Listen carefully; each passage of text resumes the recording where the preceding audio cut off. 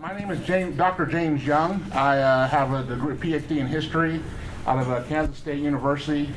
Also in my day job, I work as a military analyst for the Department of the Army. And as some of you heard, I'm basically 30 seconds ago, I was in the audience, and now I'm going to be the moderator. But a little bit of professional background. I mean, my PhD is in U.S. history, but as my major professor said, usually you have a degree in military history. We're just going to lie to everybody so you can actually get hired. Some of the descriptions said, we're going to talk a little bit about rebellion, revolutions, the difference thereof, and joining both of them. And so I'll go ahead and let the panelists introduce themselves, starting with Eric down the end. My name is Eric Swedin. I'm a professor of history at Weber State University. Specialize in history of science and technology. I've done quite a bit of military history also. I'm also a science fiction scholar and a science fiction writer. My biggest claim to fame is I won the 2010 Sidewise Award for the Best Alternate History Book of the Year. So, Lee? I'm Lee Modesitt, and I write science fiction and fantasy. Among other things, I'm a former Navy pilot and also a former Navy amphibious officer. The amphibious officer came first, and because I hated being in small boats so much, in the middle of a war, I volunteered for the most dangerous occupation of that period, which was to be a pilot. I survived it, obviously, but I write. But no, this is my ghost here. But anyway, it's a very corporal ghost. Yes. It's amazing what the Navy can do for you. Yeah, but in any case, I write political and military overtones to about everything. Okay. I'm Kal Spriggs. I'm, I guess, in the minority. I don't have a PhD, so I have a master's degree in engineering. That makes me the least educated person on the panel. Well, I try not to let my education get in the way of being, actually smart. So. But I'm an Army veteran, currently Army reservist, 12 years in the military, master's degree in engineering, which doesn't really apply to this panel. And I write military science fiction, military fantasy, urban fantasy, and a bunch of other just random genre stuff. So that's me. And I also drag you and James Young into being our moderator. Really, I was minding my own business, just heckling us, lightly heckling. So I guess the first question we'll ask then is, speaking of the panel title, what is the difference between a revolution and a rebellion? And Kal, I'll go ahead and start with you. So when I first saw this panel topic, that was something I was actually sitting there thinking about, and I looked up a lot of stuff. And what I saw that seemed to resonate best with me is a rebellion is trying to get things back to how they were. By and large, you start a rebellion because things aren't right and you want to get them back to how they were. A revolution is when you want to fundamentally change whatever society you're fighting against. So a example is the rebellion in Star Wars. They weren't fighting to, change things fundamentally. They were trying to get things back to the Galactic Senate, get things back to the Old Republic. Whereas in reality, the Empire was a revolution. They were trying to fundamentally change the Galactic Society to make things more dictatorial. So. If I might point out, you are entirely correct. It's just amazing that Star Wars used the terms correctly. So. And it's space fantasy, not science fiction. So, Lee? I'm not going to argue with any of that. Right, nailed it. We can all go home now. No, I think another question. but I think we could throw in another term here, which is, I guess I would say, Civil War. Because, okay, what is a Civil War? Was the American Revolution, for example, was it really a revolution or was it a civil war? Or was it a coup, which is a third guess that people have thrown out there? Well, okay, but they didn't win it quickly, so it wasn't a very effective coup. I don't think I would argue it was a coup, because generally speaking, those who are involved in a coup have to be within the power structure, and the big complaint was that the local aristocracy in the United States was outside the power group. So I would argue that in essence, the American Revolution was, in essence, if you will, what was the way you phrased it? A rebellion is when you're trying to get back to things. Well, in a lot of ways, it was sort of a pseudo-rebellion because they wanted the same rights as the aristocracy in Great Britain. Although we talk about it today as being, rights for the common man, if you read the damn Declaration of Independence and the Constitution, we're talking about privileged male suffrage and institutionalized. Oh, let me finish, Cal. And we're talking about, if you take the slavery clause in representation, you're talking about weighting the voting rights in favor of slaveholders.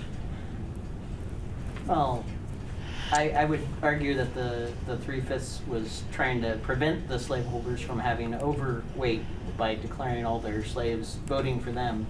But on the other side of things, I think it comes back. I'm going to avoid segueing into the American Revolution politics because that could be too dangerous. But because it's not settled after 225 years. Yeah. People are still arguing about it. And the region, it gets really Is anything squirrely. really ever settled? But the rebellion aspect, they've been left alone for decades, basically. With the British basically said, "Yeah, do whatever. We don't care about you." And then suddenly the British had a whole lot of debt, and they were trying to fix that. So they immediately started levying all these additional taxes, and that was changing the status quo. That was taking away that freedom that they had. Okay, one other thing that goes with that. The other thing that they also did was basically controlled technology. Yeah. And they basically refused to allow the textile technology and a lot of other technologies to be exported to the United States. So at that particular point, you are not only taxing, but you are also restricting the ability of commerce within the United States. Which economically, just to clarify, that also kept them dependent on the mother country. Because you couldn't buy any, for those who don't know, you can buy a whole, actually you can find it on the internet, and there's hard copy books that have the list of things you could not make here, and the prices that were charged in London at that time versus the prices that would be charged in Philadelphia, New York, and all the metropolitan centers. And from the merchant marine standpoint, they would force you to transship stuff to London and then back to another colony, Yes. a neighboring colony. and So if also you wanted to mail your cargo from Virginia to North Carolina, you would have to put it on a ship, it would have to sail to London, and it would have to come back. And Versus, the other thing that's interesting is if you go back into antiques, you'll find a lot of really old stuff from the Revolutionary period which is stamped as coin silver. And the reason for this is actually raw silver was prohibited from being sent to the colonies.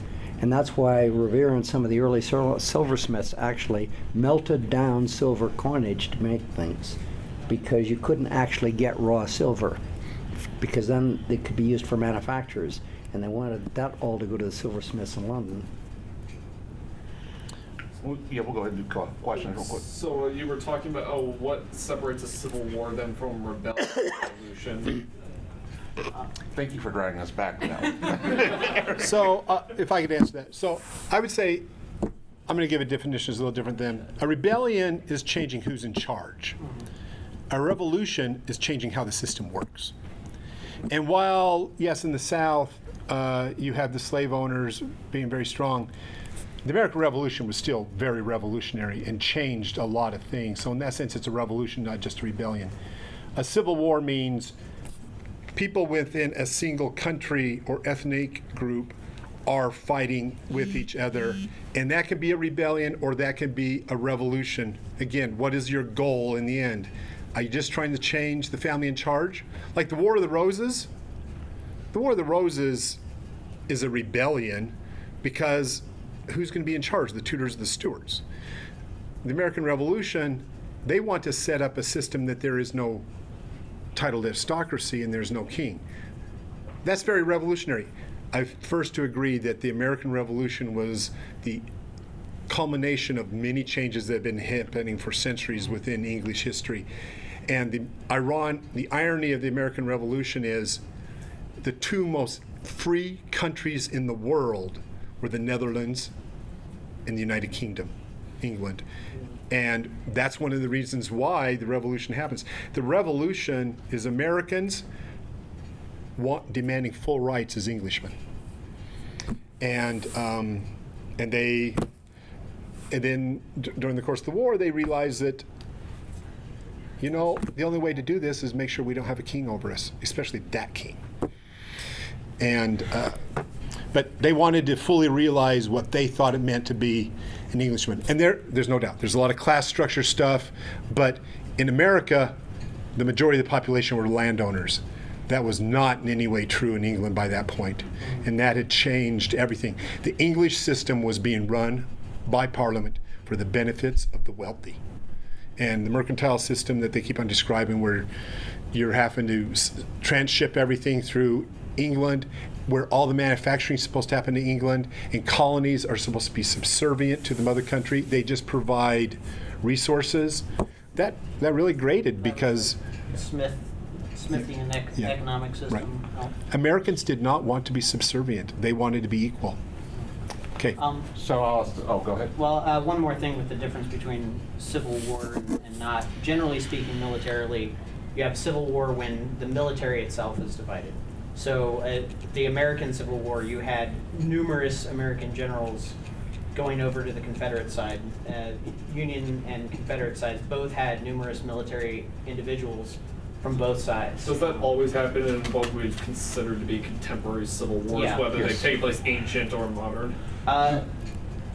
Ancient, it gets fuzzy because the militaries sometimes aren't all that distinguished from the normal people or the elites who are fighting it. But modern times, almost always, if you have a coup that fails, you end up with a civil war where the survivors are going to, of either side, are going to just keep fighting it out until they're dead because they know they're going to be lined up against the wall and shot anyway. I answer a little bit of your question. What there's always in the Civil War.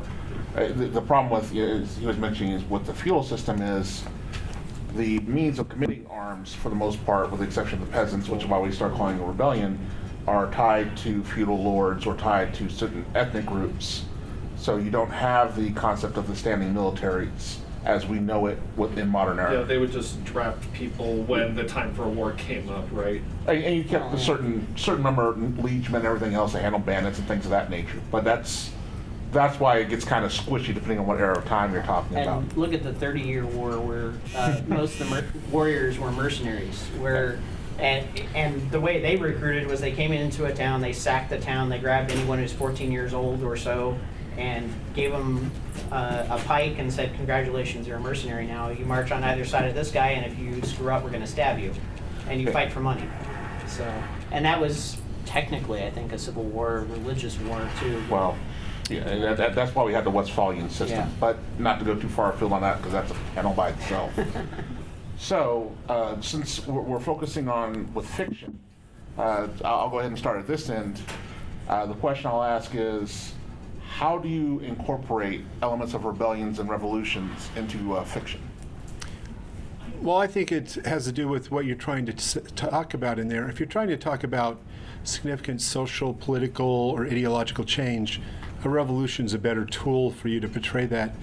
If you're trying to do Game of Thrones, it's a rebellion because it's just well, Game of Thrones has some other elements in it, but by and large, it's power group. It's aristocratic power groups jostling for a bigger share of the pie. That was basically War of the Roses with Dragons, so- yes. and zombies. Okay, Oh, wait, spoiler. I just wrote a bunch of books that combine both of them, unfortunately, in the sense that the Imager portfolio, the last couple of books deal with both the question of the aristocracy holding on to power and staging a revolt in the first parts of the book, and the ruler trying to effect a peaceful revolution in order to keep the country together in the last part of the book, in the last book. So I guess I've done both of them according to these definitions. And I don't think they're necessarily exclusively because the aristocracy always wants to hang on to power. At least I don't know of any aristocracy that's ever really wanted to give it up. You could generalize that anyone in power always wants to stay in power. Yeah. No, it's true, but the question is, are they just using loyalty, which means they're just a rebellion, or are they trying to use ideology that oftentimes they lose control of? Yeah.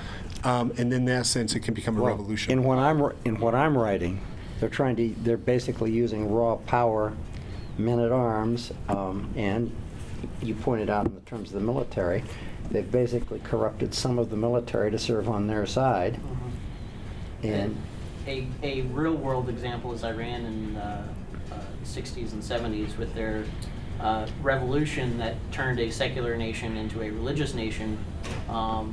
Very, very different from what it was at the time into what it is now. Was that very much a coup as well, the Iranian Revolution? Yeah, they had some of the military signed on. They had various factions within, and they lost control there towards the end. And what emerged from it was not at all what they had pictured, and it's still ongoing if you look. Right, but a coup implies a small number of people overthrowing a government.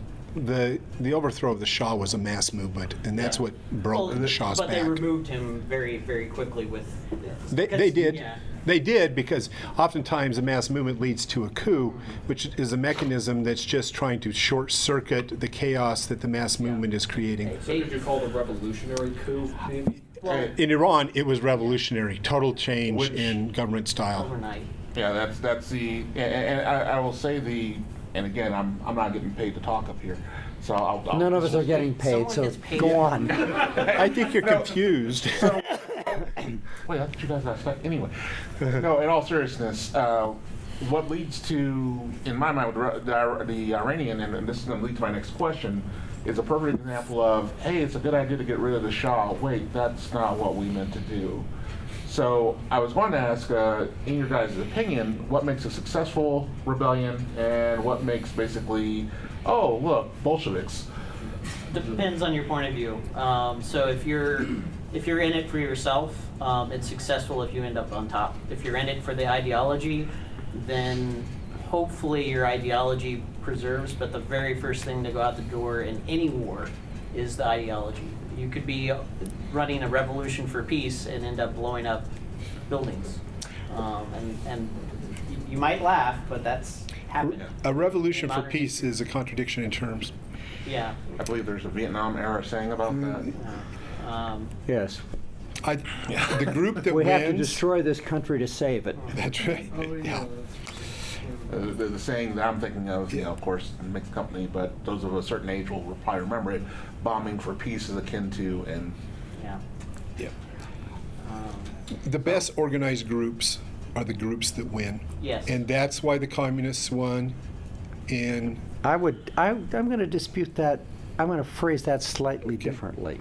the ones with guns and organization. No, I'm going to. If you look at history, Yep. neither the Mensheviks, the Whites, or the Bolsheviks were that well organized. The Bolsheviks were less disorganized than the Whites. So in that sense, you're Russian right. Civil War. yeah. So basically, the less disorganized faction wins. And I think also The perception of outside influence can also have a huge impact. Yeah. So, we invaded Russia yes. during that whole mess. Right. after Only a World wee War little I. bit of it. Yeah, only a little bit of it, but that was enough to polarize things a whole lot. Are we talking about World Hey, War these I? guys called Yes. in outsiders. After World War I, yeah. Yes. After World War I, we invaded Up there by Archangel. Murmansk. Yeah, Had a But the- volunteer International regiment. But and the British and the French did a lot more. So chasing the French into a war is a whole nother topic. It's worked so well for me. Very rarely works out. So with that being said, I mean, so for those who aren't familiar with the Russian Revolution, I mean, I realize that's sometimes esoteric, especially with the fall of the Soviet Union. What you had happen was you have the initial stages of the revolution where the Tsar gets deposed, and you end up with the Mensheviks in charge, more or less. Then Sort of. hence the more or less. I mean, in charge, kind of like, okay, we've got a 5-year-old leading a troop of toddlers, type of in charge. Then you end up with the Germans, and it's something that will, their next generation will greatly hate, decide to send Lenin back, the whole train through Finland and everything else. You can look through this whole process. And you then... The train was full of lots of other leaders, not just Lenin. They were just sending problems. Oh yeah, back. It's definitely a case of right from, didn't it? well, that's what I'm saying. I mean, we're sending all the trouble children back. One of them happened to stick, and several years down the road, you're going to regret this. But whatever. The problem you have is that basically how you end up going to a civil war is, the Russians had a saying: the Mensheviks had the revolution, the Bolsheviks had the knives. And there comes a point where, and this is what I was going to say, is I think actually it's who has the most ruthlessness as well as organization. I would agree totally. dedication. Lenin was the most ruthless of all of the politicians, and he would. There was nothing he would not stoop to do in the service of his ideology. Would you make a distinction then between ruthless and cruel? No.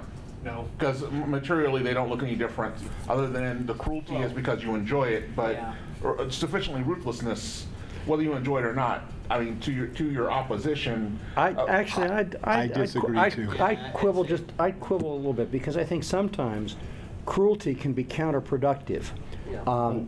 I would say that there is a difference. I would agree with your point that cruelty is because you love it and you're a bastard, whereas whether ruthlessness is simply saying, I will do whatever is necessary.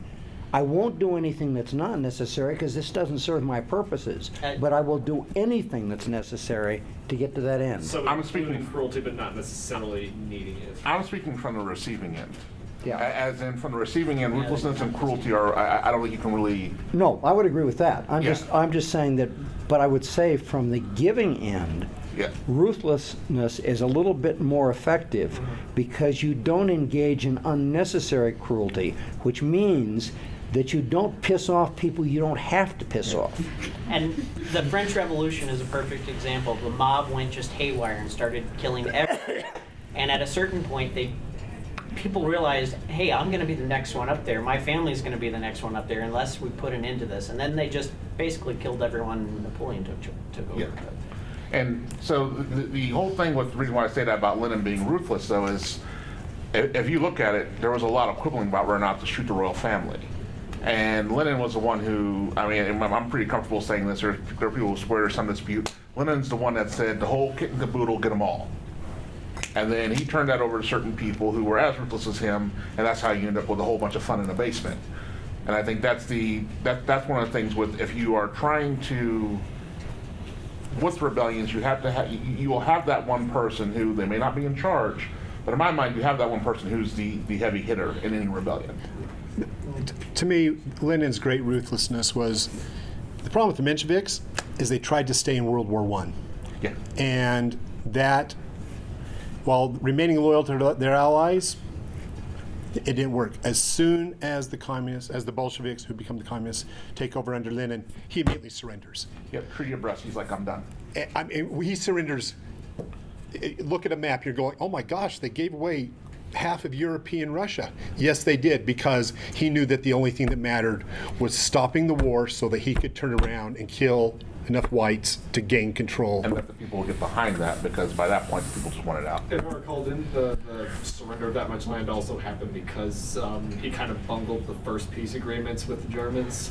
No. It was, the Brest-Litovsk says, here, we just need to be out of the war. We don't care what we lose. And they were a very feudalistic society coming up to that. I mean, they were modernizing and everything, but they were not, it wasn't like most of the Western European countries where they had a relatively modernized society.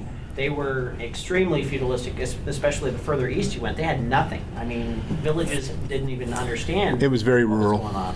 Yeah. We have a question in the back. Sir, go ahead. It's mostly just as a extra source, a couple of extra sources for just if you want to look deeper into the Russian Revolution. You've got the Great War channel on YouTube, where they went week by week through World War I. they've also got, the same guy does a Between Two Wars where he talks about the The interwar period. the interwar period. And then you also got 10-minute history where he talks about the whole the whole Civil War in about 10 minutes. It's a very Compact. surface level, but it 40 minutes faster than this panel. Sir, you had one also? Yes, I was just going to ask a little bit about the motivation behind the revolution, because like a few powerful people, which we've talked a lot about with the Russian Revolution, can have opinions and ideas, but how do you get people behind it? I mean, I know there's propaganda, but that can only go so far as well. Like, how do you actually give validity to this and start swaying masses instead of being like, I'm the warlord? And people are like, man, why would I care? A lot of times it's, when you got a revolution, it's a social change that then it's like when a crystal forms in water. You have this broader social change that is the water charged with ions and all this other stuff, and then you drop in that seed crystal and suddenly everything explodes. It's kind of the same thing when you look at the civil rights movement. There had been a long, gradual progression of hey, things aren't right, this isn't right, society doesn't feel it's right, and then bam, in the 60s, suddenly it explodes everywhere and you have riots and that sort of thing.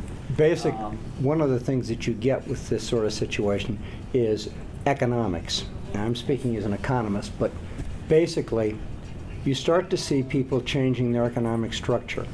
Those who are on top don't want to see that change because it's going to be a relative diminution of their position. So they're going to hang on to it. And then you have more and more people who are, if you've got, whether it's technologically based, scientifically based, or what have you, you have a movement that really can't be exactly stopped because, okay, we discovered this sort of stuff. And sometimes it's a total out of the blue thing. There's a pretty good argument that you can make that what spurred the Industrial Revolution in Europe was the Black Death, because what it did was it removed a tremendous amount of surplus labor. That meant labor was more expensive. That meant that serfs would leave the lands of somebody who was cruel or they didn't like or what have you. They could bargain elsewhere. All of a sudden, labor became more expensive. That made machinery more valuable. Now, what's interesting about this from a larger historical perspective is, if you take a look at history, China had, in essence, the blast furnace 500 years before Europe. China had incredible amounts of technology. They had high level of furnaces and porcelain and what have you. They basically had rockets. Did they ever make steel? Yes. The Chinese? Yeah. Yeah, that's what They had cannon. But they never really mechanized. And there's an argument that you can make. The reason why they didn't mechanize was labor was cheap. There was lots of it. And also rice is extremely difficult to mechanize, yeah. as opposed to wheat, oats, and rye. But the point, you could grow wheat there. It's just rice was already In established. the northern half. But so that's an out of the blue thing. The social change there comes from, okay, China was kind of a victim of their own very successful economic internal system. They didn't need anyone else for well, I mean, most of their you history. can even look at Rome in these terms. Has anybody heard of the Antikythera device? What? Antikythera device? Okay, real quick. It is a bronze computer that was built in 2200 AD, maybe earlier, which calculates the movements of all the 5 known planets, calculates solar and lunar eclipses. It was discovered off the island of Antikythera right around about 1902. It's been sitting in a lump until they discovered MRIs, and they did an MRI of it, and then they duplicated it and discovered what it was. All right, there's mentions of this stuff. You look at Rome. Hiram did steam engines in Egypt, in Ptolemaic Egypt, in basically 100 AD, opened the gates of the temple. You had magnetism at that time. None of it ever went anywhere. It was all just a curiosity because they had plenty of people to do stuff. why do you need a steam engine to haul this stuff? You can buy 100 slaves from the most recently conquered province and have them haul it for you. Right. And I agree with Lee how important it was for the Black Death, which spurred medieval innovation and steam and water sources, not steam, water and wind sources. But I would say the big thing that made the Industrial Revolution happen is England is an island that fortunately has a lot of coal, and they chopped down all their trees. And they knew they could use coal instead, so they're digging for coal, and the problem is the deeper they dig, it's an island, they get water. And the first steam engine in the early 1700s, the Newcomb steam engine, which is unbelievably inefficient from our perspective today, was built explicitly to use coal to run pumps so you could dig out more coal. And more tin. Oh, no, it was used in other ways, and the steam engine becomes very important, but this whole idea that they needed an other source of power, and they were used to, and they had a society that rewarded innovation. Chinese society didn't. Roman society didn't. It doesn't, we think of the inventions as being really important, but an invention will sit there going nowhere unless you can create a social and economic situation for that invention to flourish in. And anyone who's ever worked at a job where your boss slams you down for speaking out of tune or for coming up with a great idea, you cannot easily understand that concept. We all hate change. Yeah. Even us, who are all children of change. A cool thing that came up just now is that revolutions don't have to be violent, and that's another important distinction. Rebellions are almost always violent. You overthrow whoever's in charge, you chop their head off. Because they might come back. Yeah, you always, if you're in charge of the rebellion, always kill the king. Yeah, and that's Kill the king, kill their kids, kill anyone who has a claim to it, and start your own dynasty. Or have your yeah. Yep. So the next thing I'll go to is, and that's a nice segue, is what makes for a successful rebellion? Kill the king, kill his kids, kill anyone who might have claimed to be the king, and take his place. Other than the 100%, regicide, what else do you think makes a successful Accumulate allies. Organization, targeted violence.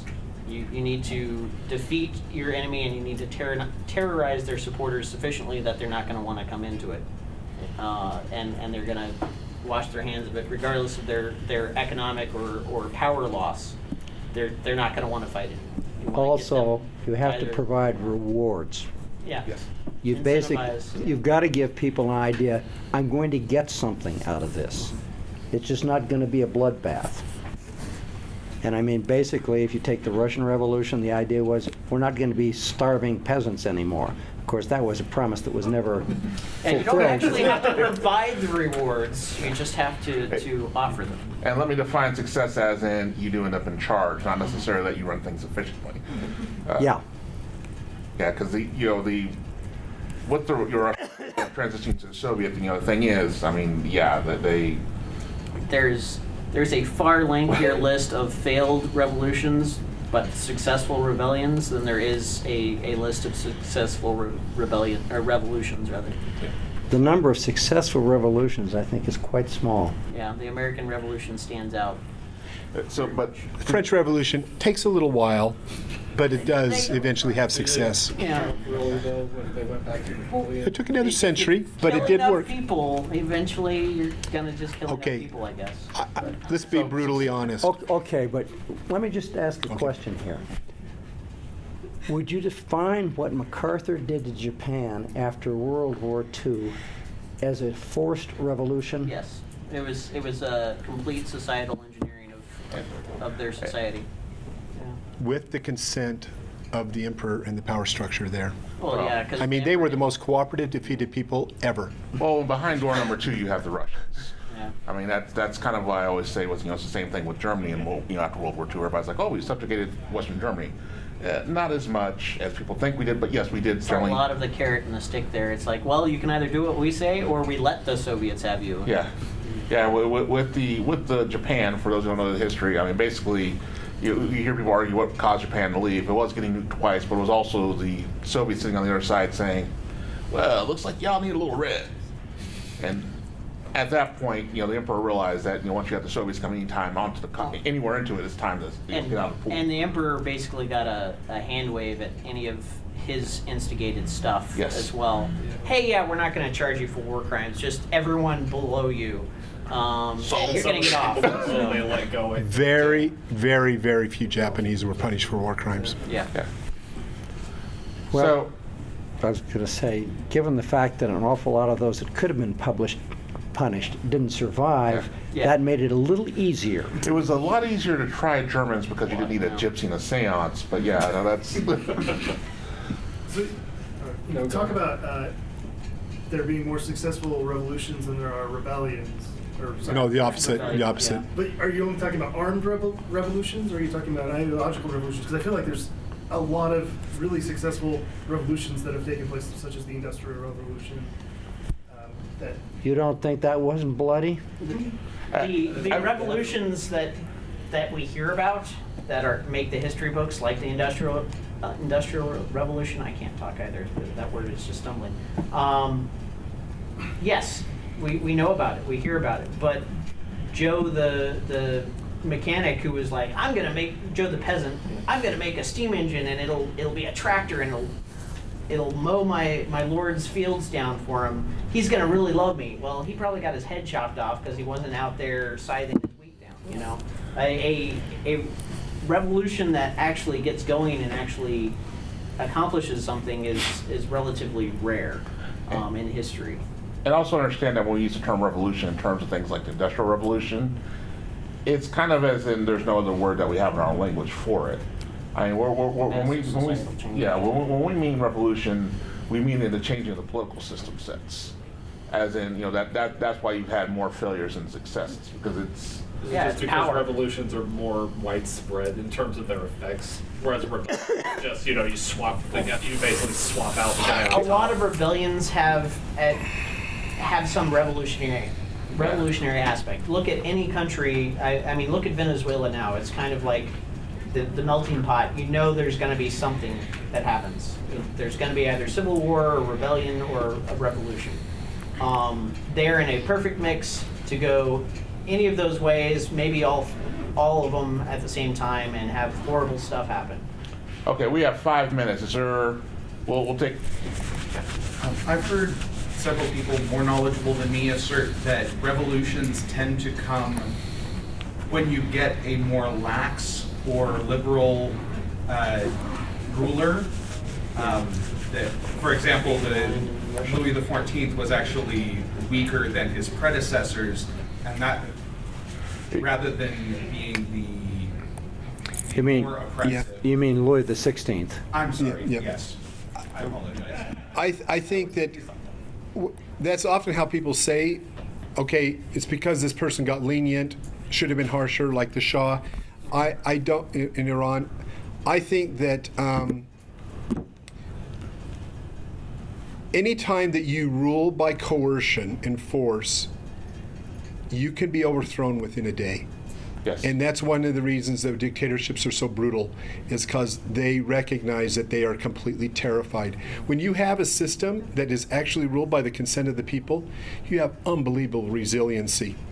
And dictatorships, everyone thinks that they're so effective, they're actually phenomenally weak. We like how decisive they are. Being decisive is not a virtue. Yeah, if you make the wrong decision. Barbarossa was pretty decisive, but how'd that work out for the Germans in 1945?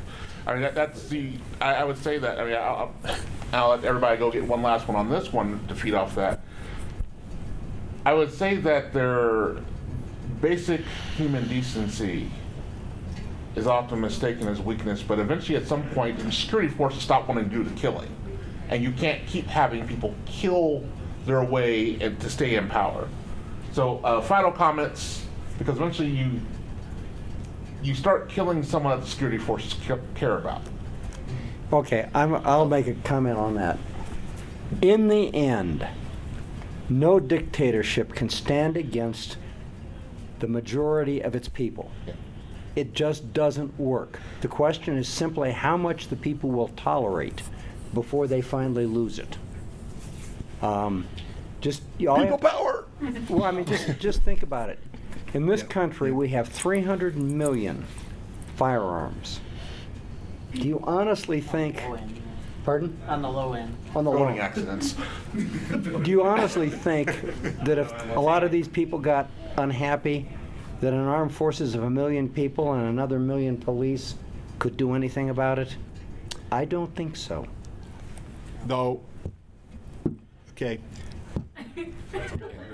I didn't mean to stop it. No. The whole thing is, I'm sorry, but that's just a fantasy that they're maintaining liberty in this country. What maintains liberty in this country is actively being involved in the political process. I'm not. But he's I'm saying not. at the far end of the extreme. What I'm just saying is, Yes. you cannot hold a country against the will of its people. I agree. Eventually, it may take a couple of The generations. eventually thing is Eventually a is good very example of Cuba, North Korea. Those are kind of, they have the geographical advantages of being basically islands. North Korea isn't an island, but they've Yeah, essentially. yeah. And North Korea holds as long as China wants it to, honestly. Yeah, I mean, that's the other side of it. Having some geopolitical ally who is willing to prop up your little horrible hellhole. Well, I mean, if you take a look at Cuba with right now, it is crumbling in terms and of. they're migrating. And they're migrating toward a much more capitalistic society, bit by little teeny bit. But there for a while, you can have a pretty good life and eventually die of cancer, like Fidel Castro. So, As long as you didn't disagree with him. yeah. Well, if you're on the top, it's always good to be the king, right up Yeah. until But the lynch mobs come. I'm seeing the Sandman warming up and the hook getting ready to come out, so we'll go ahead and we'll conclude with that. Thanks everybody for coming. We hope that was helpful. You have everybody's stuff and names, so